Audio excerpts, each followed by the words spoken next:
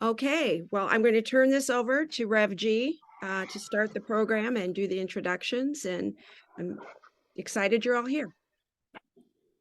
Good evening and welcome. I am Rev G. I'm the minister at the Unitarian Universalist Church in Portage, Michigan, in case you are joining us from maybe out of state. I don't know who all is in this room. And our special guest tonight is Tam Morgan, who is a very special person, and I'm just grateful that you accepted our invitation. And normally, when we begin these conversations, we also light a chalice. And I'm just realizing that I have been so comfortably talking with Tam here for half an hour that I forgot to bring a chalice. So we're going to light a imaginary chalice. That's what we do, Unitarian Universalists, and we do that because we are truth seekers, and this flame of this chalice that I'm holding in my hand symbolizes the truth that we seek. And this is just a truth that is above everything, above our thoughts. It withstands our questionings. It loves it. And in fact, we are known, Unitarian Universalists, to be great questioners. So we light this chalice, and the words we say in the light of truth and the warmth of love, we gather to seek, to sustain, and to share. Here's that chalice. Putting it right there on the table next to me. And welcome to this evening. We do this once a month. We call it Thoughtful Thursdays, and for the church year, we pick a topic for our entire church year. Then we divide that topic into 12 subtopics, and each month is assigned with one of those subtopics. And then each month, we invite somebody from the world, from around the world, or from our community who somehow fits into the topic that we are developing that particular month. And that's how this month we have Tam Morgan. We are talking about the tree of life and about strength within, strength without. And so Tam, who is intimately involved with the Course in Miracles, seems to be a very fitting guest for this evening. While we are doing some housekeeping announcements, I would also like to remind you that putting on these programs costs some resources. So if you are so inclined and so inspired, please please share whatever is yours to share with us, so we can continue bringing to you these good programs. And also next month, we are going to have another special speaker. At the end, we will tell you more about it. There are several different ways that you can give. You can donate online, you can send it via mail, and Deb over here just is putting that on the screen for you in case you want it. And next month we will have another guest speaker who you might find very interesting, and his name is Bob. I don't remember, but we will have a slide with that as well. Anyway, come on, let me bring you into tonight with Tam Morgan. Welcome. I feel like we're already old friends. We've known each other forever, and we shall know each other forever from now on. So Tam is the co-founder of the Foundation for Inner Peace. You are the appointed publisher for the Course in Miracles. You also manage and keep its archives. And you were introduced to the scribes of the Course in Miracles, Doctors Helen Schuckman and Bill Thetford, in 1975, way back when, by your mother, Judith Scotch Whitson.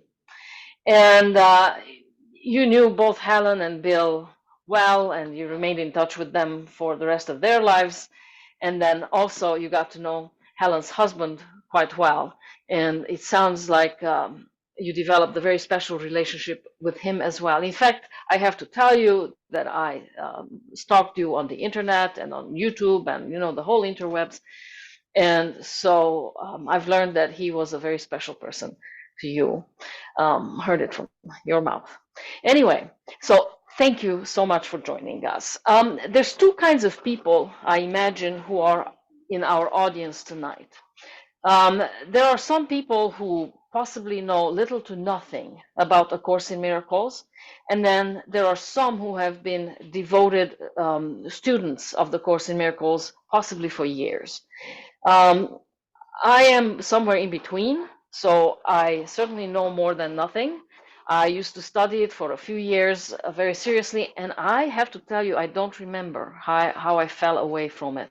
But now it's not part of my daily practice. And so, would you be willing to tell us, for those of us who know little to nothing, what is this Course in Miracles? And yeah, first that.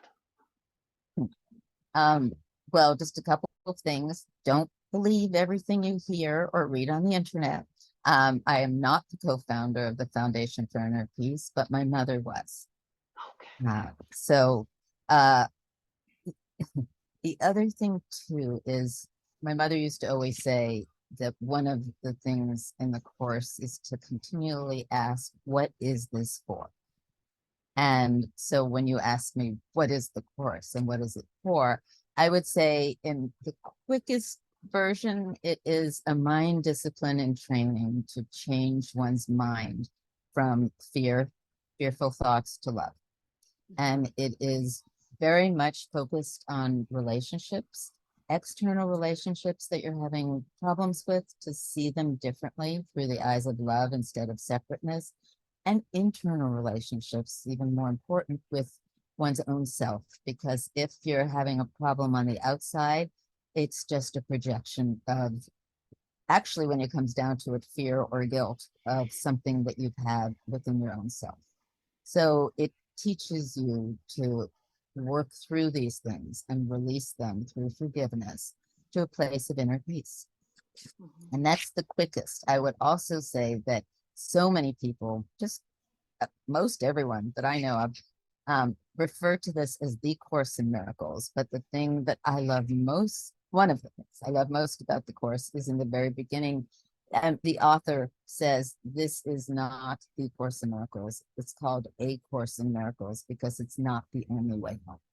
That there are many, many ways. This is a steep, direct path, requiring a bunch of work, and it will work, and it's an amazing path. But there are other ways as well, and it can even be done in practice in conjunction with other ways. Hmm. So Helen and Bill scribed it. How did it come to them?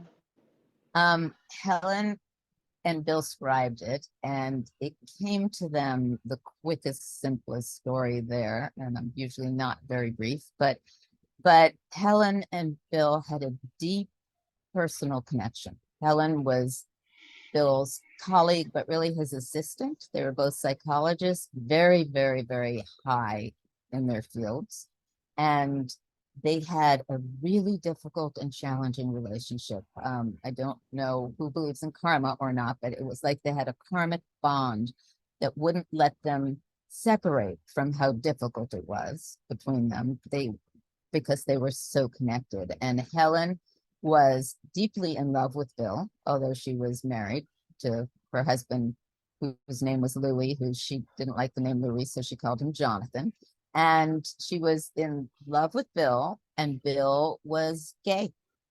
And he was also a different age, younger than she was, and there was just a lot of tension between them around it. But there was tremendous love from Bill to Helen as well.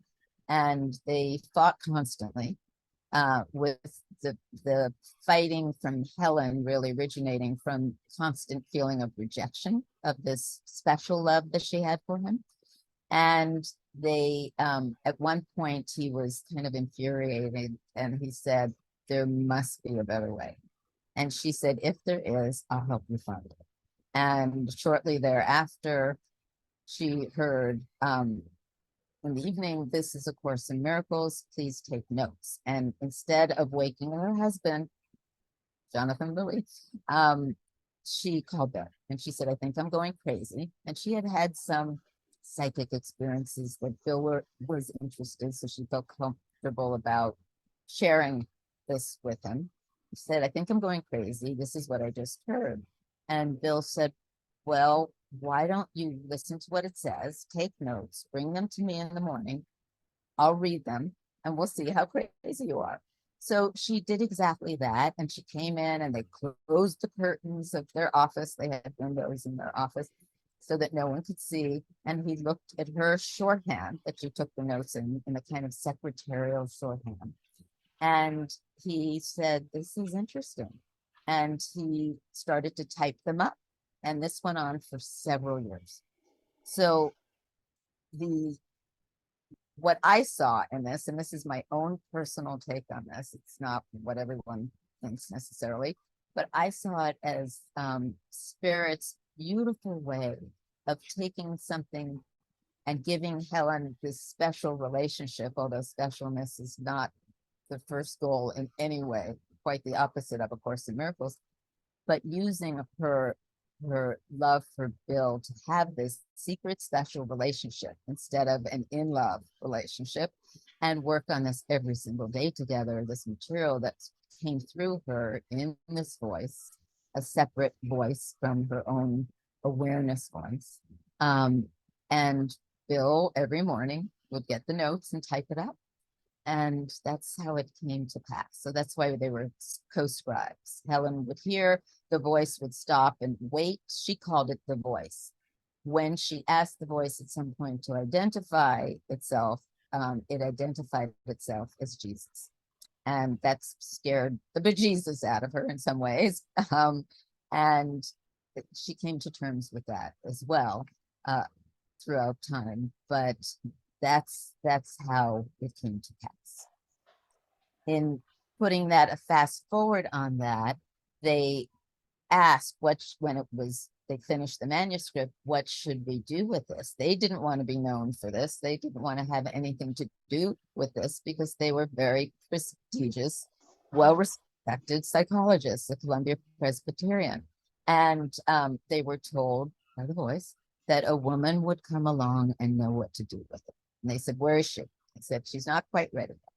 So a little bit of time went on and Bill was at his office and he got a little brochure for a talk being given, actually a conference on parapsychology. And it was on consciousness and parapsychology, which he had some interest in, especially after Helen's experiences. But he didn't want to go to it. So he threw the little brochure pamphlet, it wasn't even a brochure, it was just a card, into his waste paper basket at work. And when he came back the next day, the janitor had cleaned up and dumped the other trash, but had taken that and put it back on his desk. And so he stuck it in his briefcase and he went home and he threw it out at home. And his housekeeper picked it out of his trash, put it on his counter. And he thought, maybe this is something that I should go do. So he went, and my mother was there leading this conference. And in it, when she was giving her talk, she quoted a passage from the Course verbatim. She never saw the Course. She'd never seen it in her life, never heard of it. But Bill thought, isn't that amazing? This woman is quoting from this Course. So he called Do Helen. you know the passage? I don't have to look it up, but it's in there somewhere. And he called Helen and said, this might be the woman. So they invited her over for lunch with a mutual friend that they ended up having. And while my mother was talking with Helen and Helen was speaking, out of nowhere, and this was not like my mother, out of nowhere, she looked at Helen and said, you're hearing a voice, aren't you? And Helen, according to my mother, turned white. They brought her upstairs. They closed the shades in the office and they handed her the manuscript. And in my mother's path, she had spent many years deeply interested in consciousness research. And she had started a foundation with her husband at the time, my stepfather, Bob Scutch, called the Foundation for Parasensory Investigation. So it studied all sorts of different unusual phenomena.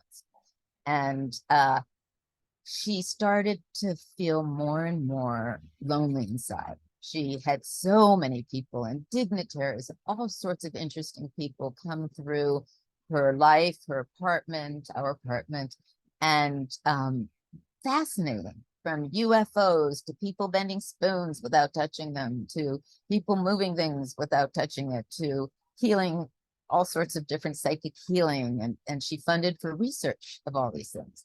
But she was starting to feel like something was still missing. And in that journey, she collapsed one night and just prayed for some help, because she was feeling this deep angst inside that something was still missing. And when she came to Bill and Helen, and the manuscript of the course was given to her, she really burst into tears. She knew that this was the rest of her life, and she took it, and in association with Helen Bill, she published it and brought it to the world. And my connection is, I was in my teens at that time. Helen and Bill and Kenneth Wapnick would come to our apartment during. All right, so how does Kenneth come into this? So Kenneth was, he went off to be, I'm giving you the shortest version of this story too, but Kenneth Wapnick went off to be a monk and heard otherwise, came back, met Helen and Bill, got very interested in the course, really interested in the course, and became kind of like Helen's student as he was helping with the final editing that Bill was tired of doing. And so that meant going over with Helen, asking, because she was described as her first hearing of the course was like a rusty faucet at first, until she really got good at listening and keeping any ego out of the way. And then it got, moved into beautiful poetry and iambic pentameter and things like that. So he helped her go back over the beginning particularly, and clear up some of the messages by continuing to ask the voice, okay, did I hear this correctly? Was this what you were saying? And there's a lot of controversy over those few chapters as to who really edited it. Was it Ken and Helen? Was it the Holy Spirit? Was it the voice of Jesus? People have their own interpretations about it. All I know is that what my mother, when she got it and Helen gave it to her, she didn't know there were any other versions of this, like the first version before it was edited, and she published it as that. And it was what Helen authorized to be published. This was the final version according to Helen.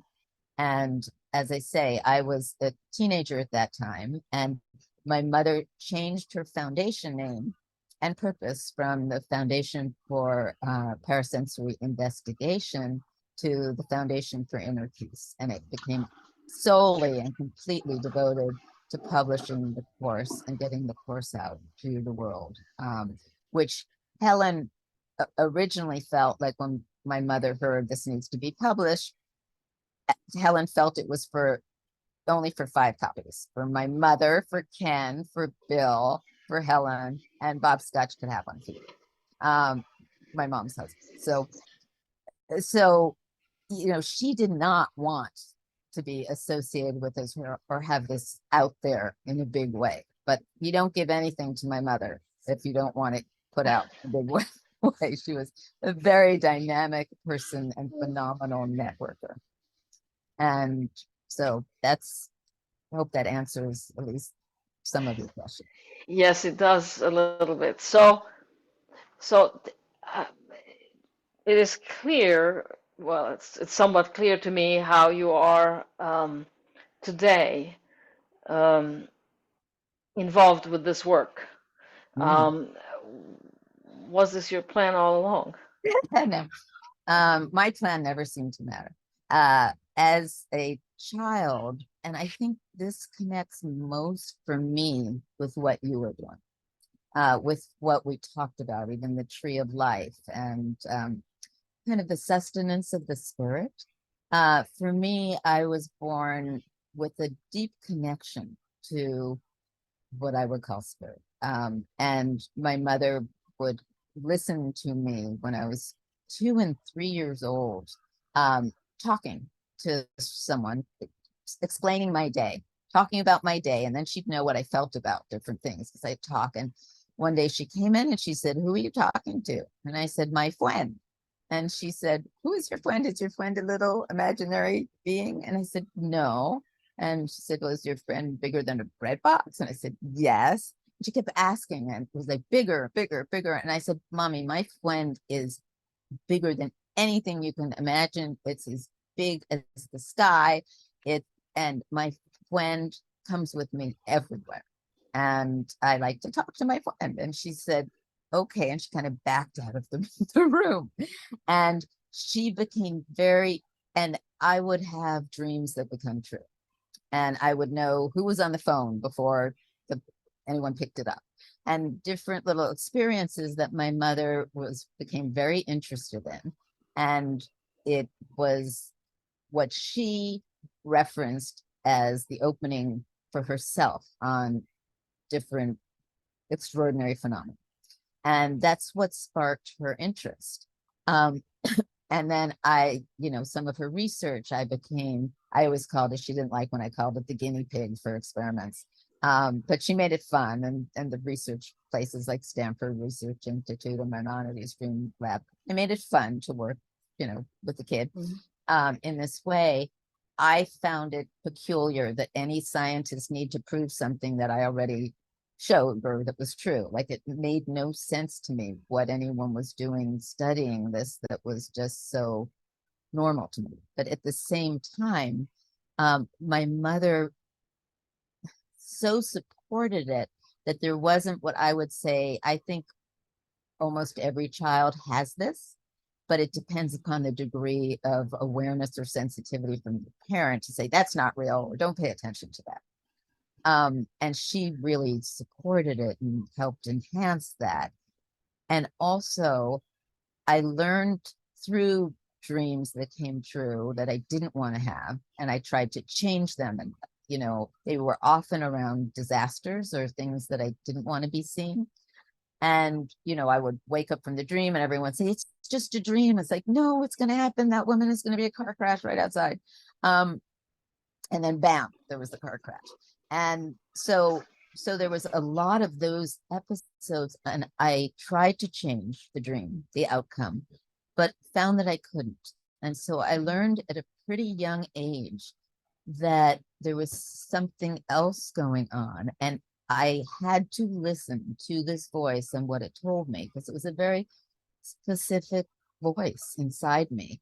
And I knew, like, if it said, and it would never say anything like this, but it said, like, "Cut off your pinky." If I didn't, my rest of my hand would have gangrene. So I really learned to listen to this voice that was very, very strong for me and non-negotiable. Although in my teenage years, just like I, rebelled against my parents, I would rebel against this voice just to test it out. And I call it like spiritual cutting. Like, let me just see how painful this would be if I don't listen to it. And I still sometimes, I have a rebel in me, and I still sometimes will, in GPS, if it says turn right, I'll deliberately turn left. It's like, no. Um, but in that, really, generally speaking, it was what I would go with what I heard. And while my mother was doing all these experiments, including with me, I was getting tired of it. I was becoming a teenager. I didn't want to be looked at. I didn't want to be seen as different. There were many experiences I had where adults who knew about this would treat me differently or be nervous around me. And in this, I was moving away from psychic stuff.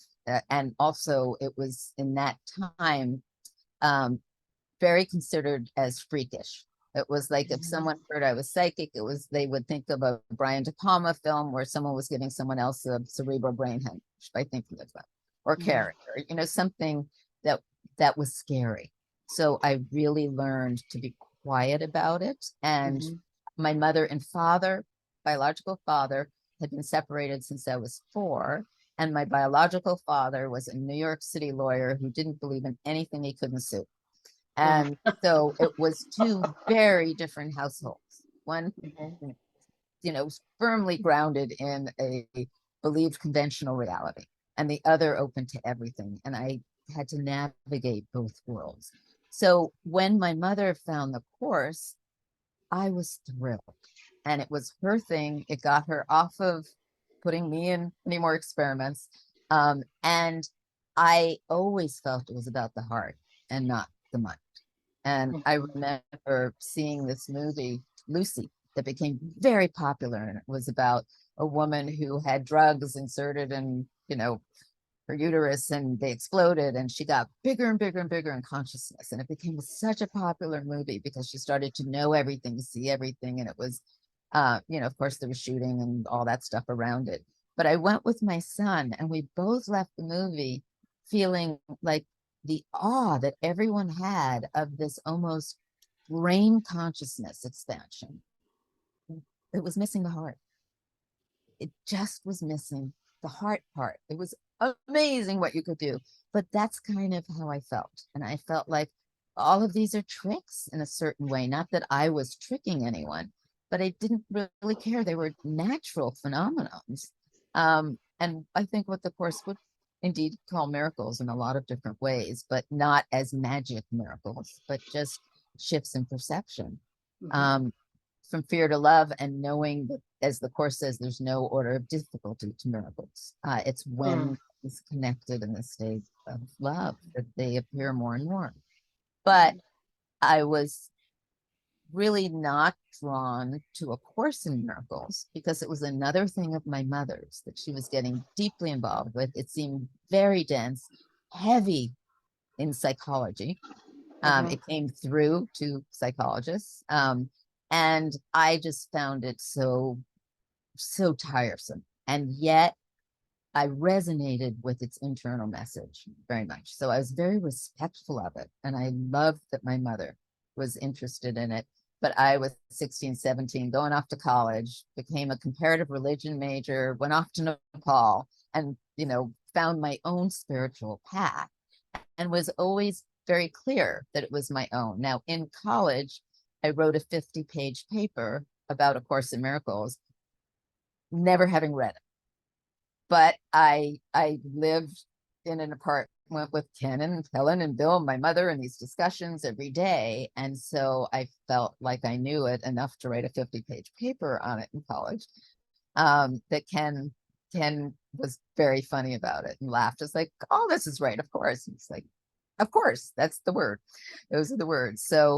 So I went on my own path, but then what happened was I was very connected with I was a freelance writer, and I loved writing, and yet I needed to have health insurance. And my mother said, well, if you do special projects for the Foundation for Inner Peace, which I was always doing as favors anyway, here or there, from the stamping of the original envelopes that went out to people or mailings. And then I did a lot of video stuff for her. But she said, if you do this, we can give you health insurance. And I was like, okay, great. So throughout the years, in the background of my other career, I was working for nonprofits and different things, with working with children with catastrophic illness and all sorts of different avenues, and writing screenplays. I would work for the Foundation for Inner Peace and be helpful at different times when help was needed. And as my parents got older, my mother divorced Bob Sketch. They divorced each other. She met Bill Whitson, stepfather number two. The three of them worked together and on everything. One was in charge of finances, Bob Sketch. Bill Whitson was in charge of all the translations. My mother was in charge of just about everything else. And they called themselves like a three-legged stool. But as they got older, I came in to help them bring the Course into the digital age and bring them online. And my mother was such a visionary, and she'd pull me in. She'd go, how can you help me do this? So I would be of service that way. But I still wasn't, Course related myself. one night, New Year's, actually, several years ago, I did hear, when I meditate, I would hear things, and I heard, time to do A Course in Miracles with your mother. She has supported everything you've ever done in your life. She knew more about Nepal than I knew when I went. I didn't want to know about it. She's been your biggest support system and love, and you've never just taken the time to honor who she is and what she's brought to the world. So I woke, it came out of the meditation. It was January 1st. I called my mother and I said, you want to do the lessons with me? And her response was, who is this? And we laughed, and we did. We did the lessons for the next year and a half together, which were thoroughly enjoyable. I saw a lot of, I decided it was legitimate. This is a really good path. At that point, I was in my early 50s. So it's like, I really respect this, Mom. You've done great bringing this to the world. Still not my way, but love you for it.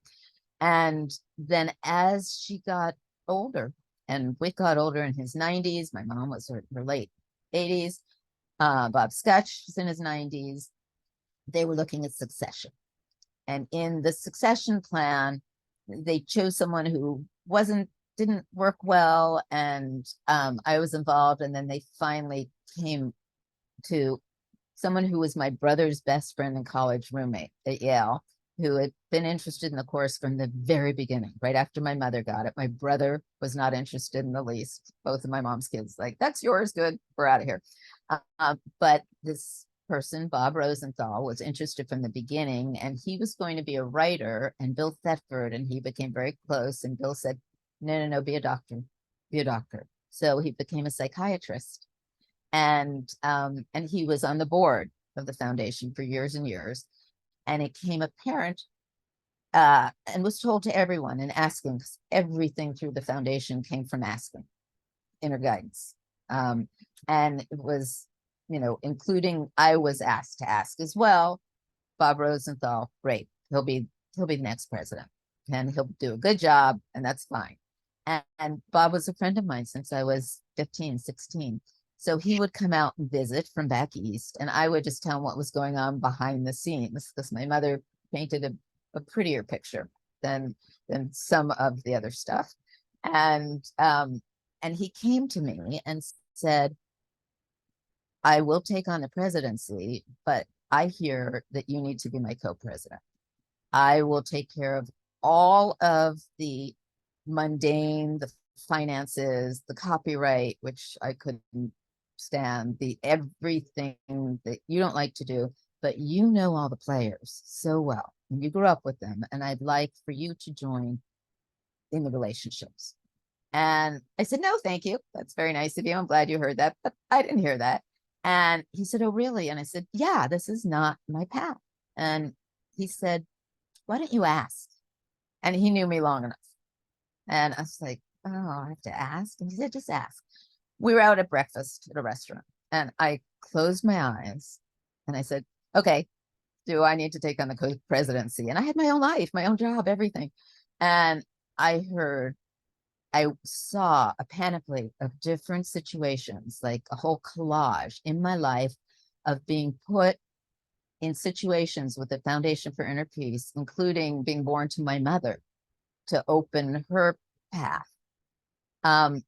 As it all being incredibly orchestrated to bring me to that moment. And all I heard from Spirit Course was gotcha.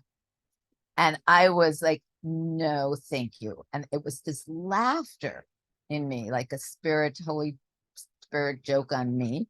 And I said, well, okay, because I always will do what I'm told by that voice. And I said, okay, but I'm only going to do it if it's going to be fun. And I said, of course. And I'm not my mother. I have to be able to do it my way, of course. And like, I had all these conditions. And if anyone says you can't negotiate with Holy Spirit, they're wrong. For me, I can, is all I can tell you. And so I opened my eyes and I looked at him, and his hand was just sitting there reaching out. And I took his hand and I said, okay. And then within a couple of years later, he ended up having 2 brain tumors and passed away, and left me with copyright, the finances, everything. A few years, I think it was maybe 3 or 4 years, but so I did not expect this path. And in the beginning, I kept saying, I am not doing the course, but I am here to serve the course because it's asked me and spirits asked me. And then finally I got to a point and I was meditating. And I'm sorry, this is so long, but it's the attachment to spirit here. Was meditating, and whenever I meditated, always get information. I'd hear information like, this will help that person, reach out to this person. And it felt very loving and very in line with healing and healing relationships. And this particular meditation, I heard, it's time to stop doing and it's time to start being. And so I sat there to be in silence without the listening of different instructions, different this and that, which I thought was my connection with spirit. And it showed me that I was actually quite busy and that I needed to stop the doing and be a beer. And I couldn't get quiet enough in that meditation. It kept giving that, like the deeper I get, the more instruction I would think I would be hearing when I tune into people. And I was like, stop tuning into everyone, tune into love. And I realized that my mind, after all these years, was still undisciplined. So I said, how do I do that? How do I do that in order to serve better? And I heard, do you really want to? And I said, with all my heart, I want to wake up and that is my path. And yes, with all my heart. And I heard, it's the only time I ever heard a we, but I heard, well, we have something that will help you. And I said, okay, I'll do anything. I said, it's called A Course in Miracles. And I literally started to laugh. And I said, gotcha, got me again. Okay. And I heard, it's time now for you to do it for yourself, not for your mother, not for anyone else, but for yourself. And so literally that night I picked it up, and my partner, who is an environmental scientist, not interested in the course very much at all, said, what are you doing? And I said, oh, I hate to admit this, but my meditation told me it's time that I start to do this. And I said, but I'm so undisciplined, I'll never do it every day. He said, well, do you want me to do it with you? And I said, wow, would you? And he said, sure, what do I need to know? And I said, you need to know nothing. You need to not believe it. The only thing you really need to know is that it will work whether we believe in it or not. And he said, okay. So he started to do it with me. The next day, I was out to dinner with my mother, and I told her this, and I didn't even want to tell her this. I didn't want to give her this. I still, even in my 50s, like this independent thing of like, yeah, I'm actually taken in by this now. And I told her the story, and she burst into tears. And she could be very melodramatic. And we're out to dinner. I'm like, Mom, pull it back. Come on. Yeah, come on. Come back to me. And she said, no, you don't understand. And I said, what? She said, I'm crying at the perfection of it, that yesterday was the anniversary of my having received the course from Bill and Helen. And that's the day you heard this message. And I was like, yeah, of course, So that's how I got here. That's, I am now truly a course student.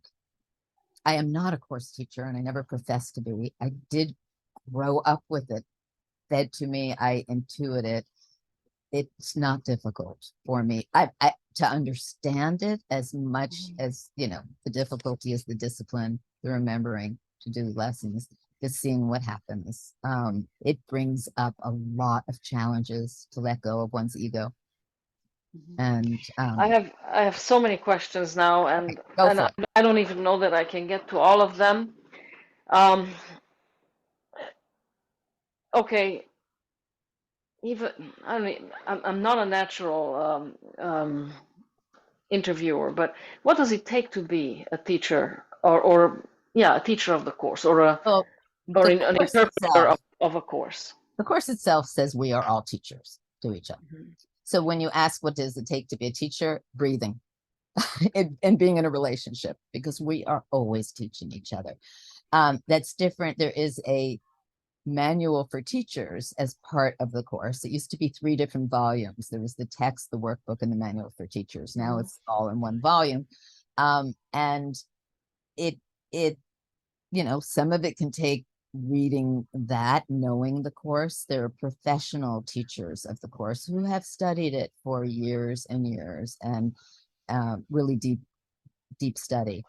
But again, we are all teachers in one way, but I don't profess to be a professional teacher. My co-president, who passed away, Bob Rosenthal, was an amazing teacher, and he could quote passages, and he could, he was a highly intellectual being, and he could really quote and express and describe, and he wrote books about the course. And so I would call him a course teacher.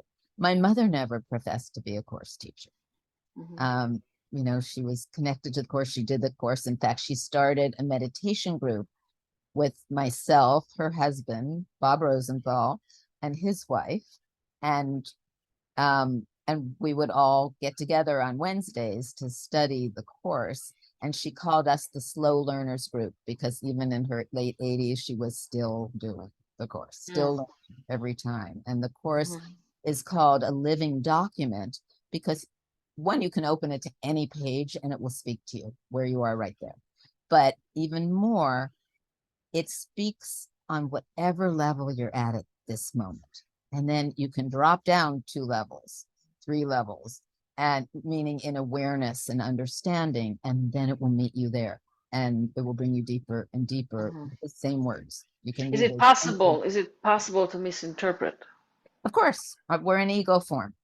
Of course it is. And I saw one of the things that put me off to the course in my youth was that I saw people coming to the course and saying, oh, this isn't all an illusion. And they would have done something really that I determined was nasty to someone else. And they'd say, sorry, that's your problem. You're projecting that. And then I'm not taking any accountability for my actions. Mixing levels of understanding. So there's a lot of, there's different interpretations that people have. There are different teachers out there. There's different versions that people go to. Of course, we live in a world of duality, and there is all sorts of misinterpretations, but I'm not going to be the one to tell you what is the right one. What I would say to anyone is check with yourself, because you are your own authority. When you start to learn to listen internally, you will know what resonates for truth for you. And certainly in the course of on the path of the course and other paths, you can think something one way at one point, but if you're committed to that path of listening and learning, it will self-correct. If you have a misinterpretation, it will bring you to a deeper awareness of, oh, that's what it meant. And sometimes it may be 10 years later. Sometimes it may be the next breath. So let me take you back for a second to Helen and Bill. Mm-hmm. They're receiving this message, they're writing it down. Did it come linearly, like chapter 1, chapter 2, chapter 3, or that was a later editing? No, it did come linearly. I'm not that there's some people out there who are fabulous scholars of the course who could answer this much better than I. All the details, dates, I'm not great at that part. But it did come as I understood it linearly. The voice would literally stop if Helen had something else she had to do, or she went to sleep, and then it would pick up where it left off. So it did. I see. And then how did it impact her life and Bill's life? Like, did they start interpreting it? Did they become like, I'm just curious how that changed them, if in any way. Well, that is all out there. Like, you can find that online, but basically it went in 2 different directions. Helen kind of wanted nothing to do with it, except she was very controlling of it at the same time. And she didn't want to be associated with it. And yet, she wanted to make sure it was in the right hands. It went to my mother, all of that. So, but she started to have real issues as it conflicted with so much that she believed in and didn't believe in. And in a reality, she became of two minds, extremely split. And at the end of her life, in her hospital bed, she said to my mother, "You know why I'm going, don't you?" And my mother said, "Why?" And she looked directly in my mother's eyes and she said, "To get out of its way." And that was Helen's end with it. Bill, on the other hand, was deeply interested in it. And he started practice, really quite diligently and quietly. It was a quiet man. And he practiced and practiced and practiced it. And several years later, he was up visiting my mother for 4th of July. And he said to her, on July 3rd, he came up and he said, "You know, I think I have finally gotten it." He did say, "I think." He said, "I've finally gotten it." And she said, "What?" He said, "I have no one left to forgive. I am free. I am light. I am free." And he started to dance around the room, which wasn't really like Bill in that way, but he really started to dance around the room and she was rejoicing with him. And she said, "So tomorrow we'll have our Independence Day. And congratulations, because you've gotten it." And the next morning they woke up and they had coffee together and she went off to go to a grocery shop or she was about to. And Bill went off for a little walk and he had a massive heart attack and died just a house away from her. And Wow. and With he nothing left to forgive. something left to forgive. Yeah, Yeah. so they had very different experiences of it. Hmm. Well, I would imagine that for Helen it was different because it came through her. Mm. And I can see how that would be conflicting, especially if it contradicted some of her deeply held beliefs. And she Yeah. didn't believe in God. She didn't believe so much, and it was not her way. And you bring up Louis, her Hmm. husband, but Hmm. and he called it the book. He always called it that book. And since she never shared it with him throughout all of that time, he didn't really know about it really close to when my mother came into the picture. Um, and it just wasn't a conversation she had with him about it. But he felt that it was really important because Ken wrote Absence from Felicity, and it talked all about Helen's connection to Jesus and this and that. And Louis like, "Wait a second, I want you to interview everyone who ever knew Helen, and you see what they have to say about her." So I did, and I still have them. I have not published them yet, but I have interviews of people who were alive at that time who knew Helen, Helen and Bill, and I have a whole compilation of interviews because he was like, that's not the Helen that I knew that's in that book. So, and different people knew different Helens. Right. Yeah, Right. Probably Helen knew different Helens. exactly. Um, so the Course in Miracles says that a nothing is real, and that there's only two ways to live. And I'm paraphrasing. I'm not Fine. good at I'm not at all good at quoting. That there's only two ways to live in life. It's either through fear or through love, and Mhm. that always struck me when I was studying it, and I have not been able to contradict that. I have not never found anything in between that love and the fear. What is it that you can tell us about that?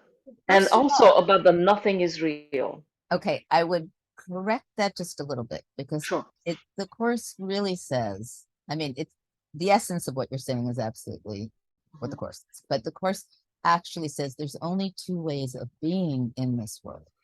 Hmm. One is an extension of love, and the other is a cry for help, Yes, acting that's for it. love. Hmm. Hmm. And it's just a little different in how it's Hmm. languaged that way. Hmm. And as far as nothing is real, again, we have to be aware that the course speaks on different levels. So Hmm. in this world of form, it feels Hmm. very real. And Hmm. you're not to deny your body and go, okay, nothing's real. I don't ever have to eat again. I don't have to do anything again. Um, but in the deeper place, in the deepest place, the best way for me to describe it is that we are one, we are love, we are God itself, himself, herself, however, themselves. And we've, in that, there has been a falling asleep where the ego steps in and creates the dream and the separateness of the awareness, I am separate. And so God is still the same. Sleep, we're all one, but we're in this dream where we manifest these projections of a reality of separateness. And the ego's job is to maintain that separateness, or else it disappears. So it will pull every trick in the book to get us to feel separate. And therein lies the drama. And you choose to wake up, and that's where the challenge of doing the course is, because if a part of you calls in, and we can call it right-mindedness and wrong-mindedness, if the part of you that's right-minded says, I want to wake up and be here in love, the other part that is the ego is going to go, good luck, I'm going to throw the book at you, literally, and everything else. So it's a challenge to keep remembering what truth is, that nothing really does exist. We are love. But in the world of form, we have to learn to navigate it. So then how do you, I just want to say one thing here, yes, because please. this is the important part for me. So we're in the dream, and the course says when we wake up from the dream, it doesn't mean that none of this, ultimately none of this exists.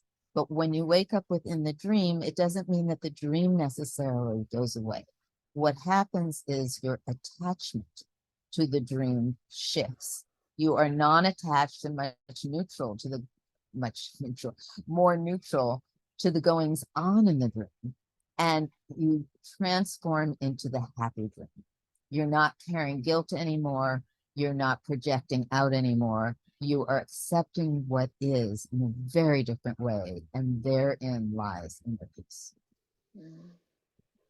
So I'm sorry. I didn't mean to interrupt you. Well, I mean, that's exactly what I was alluding to. Like, how do you, but you just answered it. That was my question. Like, how do you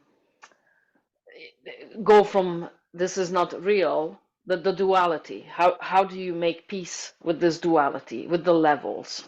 Yeah. And that's basically what you just And when you say how, I would say through the course's teachings, through the application in the workbook. It's an applied course. It's not just a study course. And so the workbook is there as a companion to the text, but it's how you apply these principles in daily life through relationships, through your own thoughts. And that's how it teaches you. And all you need is, there is a quote, and I'm bad at quotes as well, but all you need is a little willingness, and angels rush into. You just need that little willingness to bring the darkness into the light, because apparently, according to the course, Holy Spirit, Jesus cannot see your darkness because they only see light. But if you bring your darkness to them, it can be transformed for you. You don't need to do the work. The only work you need to do, which is a lot of work, so it's always ironic, is to see that darkness and bring it to the light, for them to make light of it. So really the joke's always on us. That's the bottom line. I mean, the logical thing is, of course, that if you recognize your darkness and you shed the light of awareness onto it, that's how healing, of course, begins anyway. Yeah.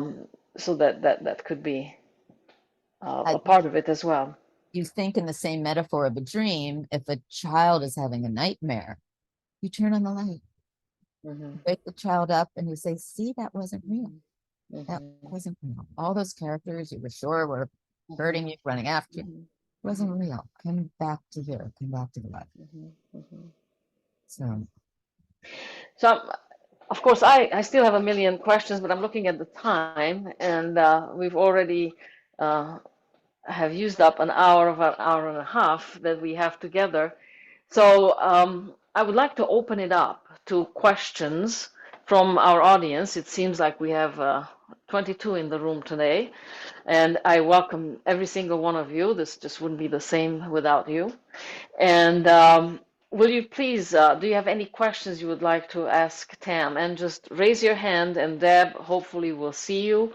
And if she won't, then maybe I will too. So, do you know how to raise your hand within the app, or just put up your hand? We'll try to look for you if you have a question. Deb, are you able to see people? Let me unmute myself. Yes, I'm toggling back and forth. If I see Bruce Fetzer's raised his hand. okay, yes, right there you go. Bruce, do you want to unmute yourself and ask your question? Tam, thanks so much for joining us tonight. Could you talk a Pleasure. little bit about the reception? How many have sold the decades, and how many translations there are? Well, I'm very bad with numbers, but those numbers I kind of know. Well, there are over 27 right now translations, with two possibly to be coming. And we have at this point close to, with the translations in other languages, close to 3 million copies. So How 3 million, did you say? about 3 million. I know we're at 2 million, and then all the translations. And again, we might, like, we could find that online, but start asking me about dates and numbers, and I'm not going to promise to it, but I'm pretty sure. Sure. Fair enough. And can you allow people to turn their camera on if they would like to, or they can anyway? Everyone has the option to turn their cameras on. All And right. if So you if you, don't, just let me know, but it should be there so people can. Kathy Hayes. Hi, Tamara. Thank you. Very interesting. I'm not familiar with the Course in Miracles, though I have heard of it, but I really came with no prior knowledge. I'm wondering, is the course something you can work through on your own, or is it best done with a coach, or what It is. format works best? Yeah. Well, I would never say what format works best for anyone, because I think everyone is so individual in how they learn something. The course was brought forward as a self-taught course.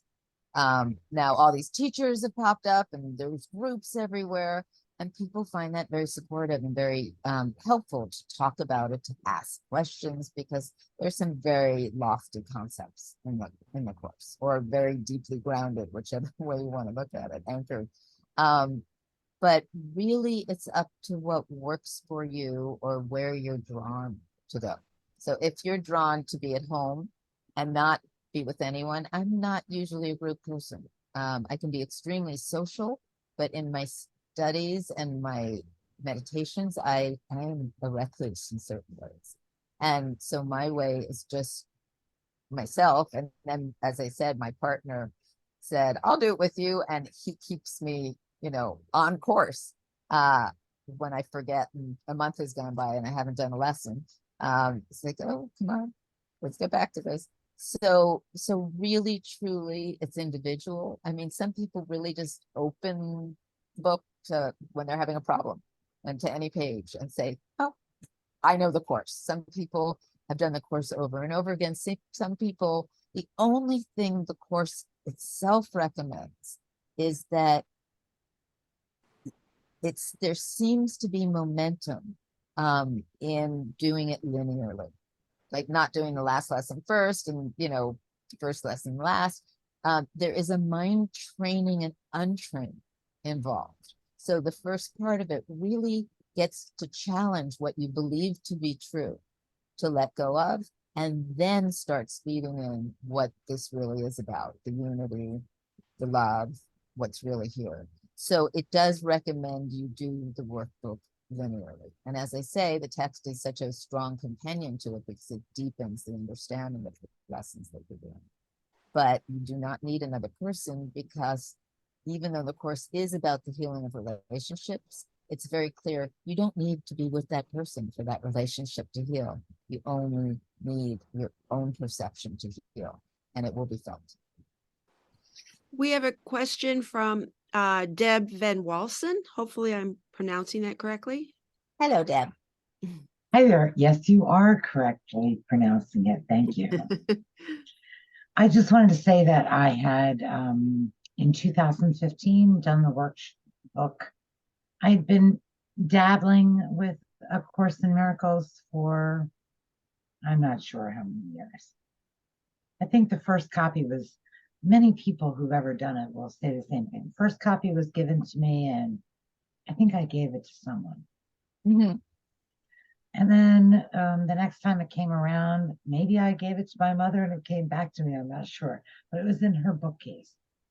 But finally, and that was somewhere around probably 2004 or 5 or 6 or something. It wasn't until 2015 I did the workbook entirely from beginning to end, pretty faithfully every day for the whole year. And I'll just say that I've never had a feeling of loneliness since. It helps you understand your connection to it all. And that's what I took out of it. Others that I've had discussion with have taken other kind of very life-changing experiences out of it, but that was mine. Never felt quite the same loneliness. In fact, not much loneliness. Since completing it, made me really, by the practice every day, that was my connection to our connection, each of us, with the whole, and how it cannot be divided and it cannot be separate. And you can tell yourself you're alone, but you really are not. So that would just be my comment on, as someone who's been studying the course for several years, sometimes diligently, sometimes not so much. And as far as the previous person's question, I have found that discussion groups sometimes wind up being like many other sort of religious institutions where somebody wants to tell you what the course says. And really, it is up to each of us, similar to the Bible and anything else you study. It is up to each of us. It is the onus is on us to make our own connection. Use the tool and make our own connection. It's fun to talk with others like we're doing right now, but really it just comes down to our own perception, acceptance, and learning curve. And that's the way I would put it. So with that, I'll say thank you, Tam, because I watch other kinds of things that you are involved in, and your mother before you, and Rosenthal before, like I've just been a long time student. So great. And I accidentally tuned in by accident earlier tonight where I signed in too early. That was great. That was not intentional. I just tried to register for it and put me right in. So here I am. You. Here I am. Great to be here. That's great. I want to say that people would give, I love the expression eye tooth, because especially an eye for an eye, to not feel lonely. And a lot of people walk this world of form feeling very lonely. So that you got that out of it.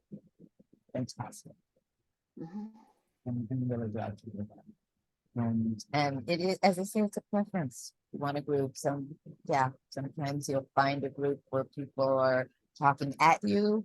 Sometimes you'll find a group where it just resonates beautifully and the group works for a year or two and then everyone chooses to move on. I have long ago let go of the judgments of anyone doing this course. And how they're doing, because spirit is really what directs that. And if I think I know any better than anyone and their path, that again, even within the course, it's a course in miracles. You're going to find many different flavors and your own way to it. So How does A Course in Miracles define a miracle? the easiest way to say it is a change in perception from fear to love. So a miracle is not necessarily that you got a parking spot when you wanted one and it showed up, which we can say, what a miracle. But really, it's that part of you that thought, I'll never get a parking spot. And there's a parking spot, and you're touched for the love of, like, it's a correction. That's a really poor example. But the real miracle that I absolutely get in touch with is the healing process that happens through forgiveness.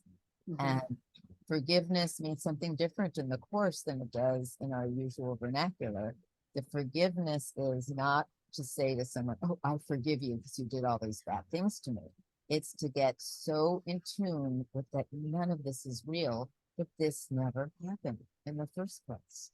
So it is released. You are released from the weight of your judgments around it, or what you think was done to you, or what you did against someone else. And it's a different experience. Again, like the child waking up from a dream who was so mad at these characters in the dream. And was like, oh, that actually didn't even happen. And it gets much more complicated when you get into questions like, oh, so Hitler never happened? You know, Well, I mean, it's Israel and Palestine today, you know. Exactly. So, you know, I would never say to parents who lost a child, that never happened. Skip it. You can't do a spiritual bypass in this world of form, but you can use it to deepen and see what your reaction to it is, and why are you having that reaction, and how do you get back to the experience of love so you can extend that rather than the panic, the fear, the judgment. And that tends to teach you something in itself that brings way more miracles of connections that you would never have expected. And as I say, you don't have to believe in it for it to work. It's pretty extraordinary within its own self, but you also don't have to do it if it doesn't resonate with you. We have a question from, and again, I'm going to try to pronounce this right, Jaylene Reed. Jaylene, yes. Jaylene. Okay. First of all, I want to thank you, Tim, for coming and joining us, accepting this. It's, this is my first time being involved in this group, but I'm just thrilled to hear what you have told us, because I love stories, and this is exactly what, I mean, hearing this from your perspective, your experience, it's just fantastic. I love it. So appreciation. And my question is, you have some words of wisdom around discipline. And well, I can tell you that my words of wisdom, I found out, were kind of BS. So my relationship to discipline, I've not been a disciplined person. I'm an obsessive person. So people think I'm disciplined because if I like something, I will do it and do it and do it and do it. Because I have a love for it, and I can't stop, and I can't stop to eat, and I can't stop to sleep. So I don't think that that's a healthy discipline. I would call it obsession. But the discipline, this is what I was saying when I will tell you how I was corrected. I suddenly, in meditation, got a shift about discipline. And I love words, and I got the word disciple. And we become a discipline. We become disciplined to something that we are a disciple to, that we love. So it's no longer a weighty chore of a discipline. And I used this for many years for myself because it made me feel good to think that, until someone told me, who spoke Latin, that that's not really the true etymology of the word discipline and disciple. They actually have nothing to do with each other. But to me, they did. And that is my only ridiculous wisdom that I can give you, is that you don't really do something from your head down. I mean, people do. They'll say, I'm going to exercise every day. but it's because there's a deeper love in it. I want to do this for myself. I want to do this. There is something there that brings you to that discipline. And I am not disciplined with the course. As I say, sometimes I will do a lesson and I'll be on it for a month and I'll forget to do it. But the trick is not blaming myself when I don't do it. So for instance, there's a great teacher called Adyashanti, and I heard him say something that I love, which is, you have 30 minutes to meditate. It's your lunch hour, right? You have 30 minutes to meditate. You go and meditate, and the whole time you're thinking of this hamburger you had the day before, or whatever delicious meal you had the day before. And then you're so mad at yourself because you realize there's only 3 minutes left now to meditate. And you just spend that last 3 minutes being angry instead of realizing, oh, you just woke up. You actually had a moment of awakening. When you, oh, I'm talking about yesterday's burger. Ah, now I'm here.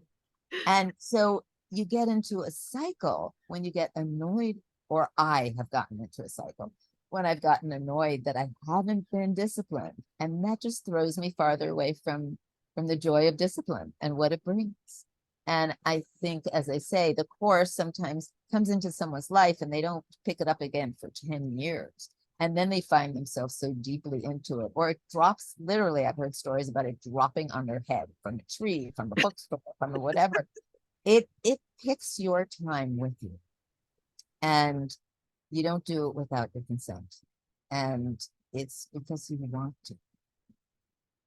And for me, I can say, a lot of the times I don't want to be leading this organization, but I completely want to serve that which I know is truth in me, whether my ego wants to. Mm-hmm. And that's my greatest, commitment to discipline. Bruce has raised his hand again, Bruce Fetzer. Is it another numbers Yeah. question? Yeah. Okay. I just like to share, I've been a Please. student of the course on and off for over 40 years. My great uncle, actually, John Fetzer, turned me on to it. A close friend of And my mother's. yeah, and what I would share is that the wisdoms of the course are profound, and they stick with me. They stuck with me from day one. Things like love is letting go of fear. I can choose to see things differently. I can see peace instead of this. Forgiveness is by function. I'm not upset for the reason I think. All of these principles, that I picked up over the years are ingrained in me, that I think they are will always be a part of me. And I credit this and some other things that I did early on as developing the capacity to learn how to love in the first place. And it starts with loving self and then also loving other people. And so I would just strongly endorse the power of it. And what I would say is that it gives me agency, but it works over time.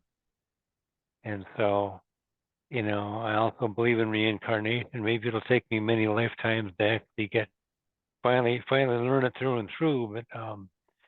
But it's quite a profound work. I will say, the reason I am here is because of Bruce and his wife Darby, who asked me to come here, and I have such great love for both of them that I've been saying no to everything lately. I keep saying no is a holy word. Too much is going on. I can't overcommit. But the moment they asked me, and Valerie, I heard inside yes, and it was like, yes, sorry to me, because I've been wanting to say no. But this was a big yes. And it's because of Bruce and Darby's dedication, how much over the years I've seen Bruce. He's a big supporter of our foundation in the past as well. And the love that I've seen him open up to over the years has been profound. And Darby just kind of came in almost like without working on it. And Bruce has really taken it as a path that he's worked on, and it shows. So I feel very humble in their presence, and I would do anything they ask. Deb Van Walsen has raised her hand again. I wanted to say, Reverend asked, what is the miracle? The miracle is where time and the now intersect.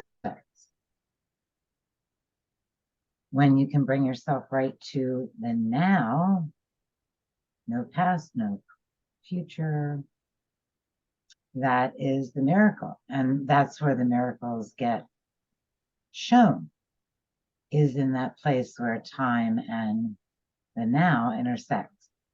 Time as a whole is a concept, but the Course speaks clearly about what the miracle is. And that's where the now is revered as much as any other part of time. And it has a great value in it. Yeah. And the biggest value, as it says, is the recognition that we are loved. That we are what? Love. Love. Love that thing. Well, when I studied the course, I do remember that one of the thing that sticks with me, and that I perceive as a complete miracle, is to realize that there might be another way. And I think that is a miracle, because we tend to get so stuck in our belief systems, in the way we've always done it, the way we've never done it, and then from that to allow to emerge, or another way to emerge, is that is a miracle. And A Course in Miracles does say that, as far as I remember. It teaches us how to get there. It teaches us how to listen. How we listen. So many people say, how do we listen? You stop and you practice, because there's so many ways to listen. Someone I know just said to me, I can't ever hear anything, the direct voice. But as we talked, she'd always pick the right person to tell her something. And so her way of listening was through other people showing up that she would attract, that would send her in a certain direction. So there's many, many ways to recognize what true listening is. It doesn't always, it can be through your dog or cat telling you, giving you a message, return to love. But I do want to say is in the theme of what you're doing, the healing that can happen through this forgiveness process, through, the practicing of this course, becomes multi-generational. So if you do something that you're carrying, that you can forgive, that you've held in guilt, it could be something that's been passed down from generation to generation to generation. You don't even know it, who you're carrying it for in past generations. And at that moment of releasing it, it's like healing comes in both directions. So you're healing your children and those ancestors, and you're healing the ancestors behind you, all at once. You're letting go of something in the world, the universe, that was held in a kind of shackles. And that brings me to bringing it to the tree of life, because that tree of life is, truly that knowledge that we are indeed one. And the world of form, you take this story of, Adam and Eve and eating from the apple, that's the ego in the world of form and the separation. Oh, we're separate. How do we move back into that spirit of the tree of life that holds every relative, every connection, all of it? And the answer's through love, but also through listening. And through really knowing that we are God. We're not being judged by God. So we're not evicted and sent away.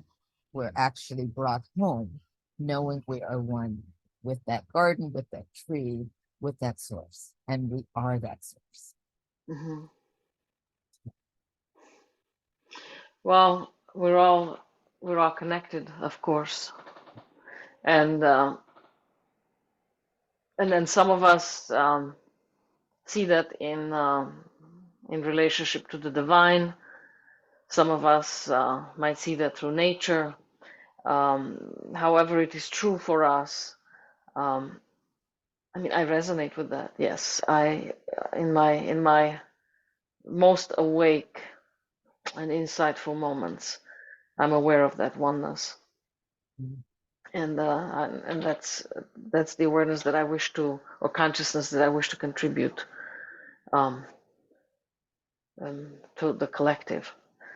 Any other questions for Tam? Yes, Tam. No, I just said thank you for that. That's a big Oh, contribution. mm, We're well, grateful. when I'm lucky, when we're all lucky, Yeah, and that's what I contribute. yeah, that's right. I have a question. um, and it's probably very obvious to anyone who's studied the Course of Miracles. I'm like totally a newbie. But you know, you spoke earlier and you said that the only two requirements were breathing and being in a relationship. And so, you know, I guess my question is, in regard to relationships that we absolutely want to be in, even though they may be problematic, like close family relationships and things like that, my tendency is sometimes to think I need to work directly on the relationship with that person or to try to change my behavior with that person. And so I'm wondering what your insight might be that really it's maybe through like the Course in Miracles, changing myself, working on myself versus trying to work on that relationship. And any thoughts on that? Yeah, I would say, and this is like a helpful hint, maybe, or maybe it's not. But for me, as the Course says, this is all a projection of our ego, this dream. So if there's someone I'm having a problem with, for me to stop and say, where is my participation in that problem? Oh, that person reminds me of a friend in school who was bitchy to me. Oh, I need to go back and forgive that first. What have I been holding all these years that now I'm projecting it onto this person because they remind me of something very simplistic, but a deeper way is, oh, I was abused by my father, and so I carry in that consciousness DNA that all men are out to get me in some way or another or put me down. And that man who just triggered that incredibly because he was actually horrible to me, and everyone agrees he was horrible to me. You wouldn't feel the same without that past program. So you remove the programming, and someone is acting out, and you can extend love. You can see they're acting out because of their own programming, and they're actually having a call for help. They're not extending love. So the only other thing is they're calling for help. How can you shift? Love yourself. Know you're not being attacked. It's all of their programming. And how do you reach out and break that divide? Now, in some ways, it's not healthy to reach out physically. Maybe they actually were so angry they'll hurt you. You have to gauge that yourself, of your own physical safety within that moment. But truly, when you're based in love, in that, things start to happen. And that's where the miracles occur. Now, you do not even need to be with that person. Let's say I'll continue, your father did abuse you. He's dead. You're not going to be able to work it out with him in this way, but you still can. You can go in there and you can do the forgiveness practices, and whether he's, in dead form or alive form, you can actually heal that which in you that's concretized around that. And the release in that will change your reactions to other people out there. Thank you. That's profound. It is. And I just add for a quick second here, so many people have asked me, how do I meditate? And what does that mean and look like? And another helpful hint, it may or may not help, but it's not about being totally quiet, unless that's what your voice tells you. It's like, shh, time to be quiet now. It's about experiencing love. And the easiest way that I found to tell people is, if you're sitting in meditation, and the Course is good because it gives you a mind training practice to do, but basically that's to get deeper than that, because one of the most beautiful things about the course is in one of the lessons farther down. It says, now forget these words and forget this course and walk with me wholly unto God. So you're letting go of even the course teachings to get there. And I would say in meditation, a shortcut is to start by grounding in love. How do we do that? If we're feeling contracted, think of your cat or your dog or a tree that you sat on that you once loved, or a place that you were at where you felt whole. Bring that in. Something that you didn't have judgment about, but just felt loving in your life. Maybe it's a stuffed animal, and sit with that and feel that and start to connect with that feeling. And then let the other, and then say, okay, judgment, I'm giving you over to that feeling of love. I don't have to do the work. Transform it for me. A little willingness and angels will rush it. Hmm. Well, thank you for that. I have had certainly had some frustrating experiences while I was meditating, when I was full of expectations of what it should be, ought to be like. And this, of course, is a gift to clarify what we can allow it to be. Our time together has come to an end, and it's perfect, because what else is possible? Tam, thank you for not being able to say no to Bruce and Darby. I don't know a lot of people who can. So you're in good company together with many, many people who, when they call, the obvious answer is just yes, of course. I am especially blessed, and I have loved connecting with you. I'm grateful to have met you, and I've thoroughly enjoyed your sharing with us. And I hope that is true for all of you who have attended here tonight. And oh, yes, and just to remind you that we have these special programs, and of course, Tam is special among the special ones. But we have these special programs once a month that we bring to you. And Deb has a good night, Hugo. Deb has a slide for us about next month's guest. His name is Ben Brown. That's it. And this is a gentleman who we will discuss love and hope and how to be in the midst of all these troublesome times where there are so many things of concern. So it all connects to this tree of life that we are exploring. And again, deep, deep gratitude for all of you who have chosen to spend this night with us. And we will also send out a recording of this. So if you're like me, sometimes I get caught on a thought, on an idea that Tim shares, and I'm still thinking about it, and then eventually I come to it, and you have by then shared several more ideas. So you can go back and re-listen to this, and I'm sure that the recording will hold even more and new information to you. And may we all be blessed together and separately. And most important is know on a very deep level how connected and one we are. And so it is. Thank you very much, and good night.